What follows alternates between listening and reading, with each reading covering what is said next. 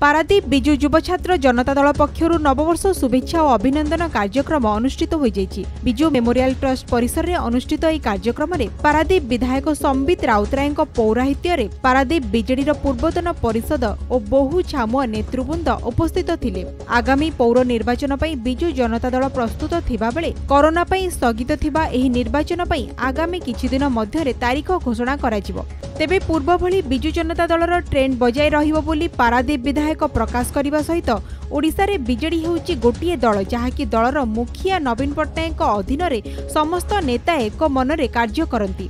एही कार्यक्रम रे पारादीप पूर्वतन पौराध्यक्ष तथा पारादीप नगर बीजेडी सभापति बसंत कुमार विश्वाल तांकर अनुगत नेता माने उपस्थित रहितिले।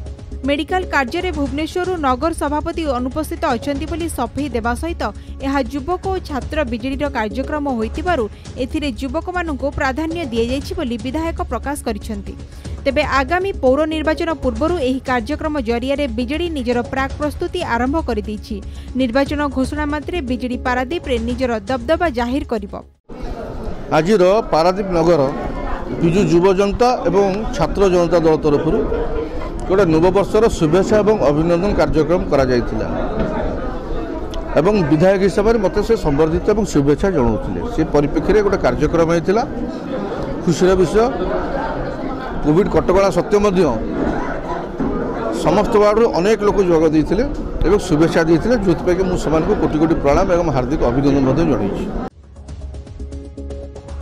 पारादीप बिरजा प्रसाद त्रिपाठी, कोणार्क न्यूज।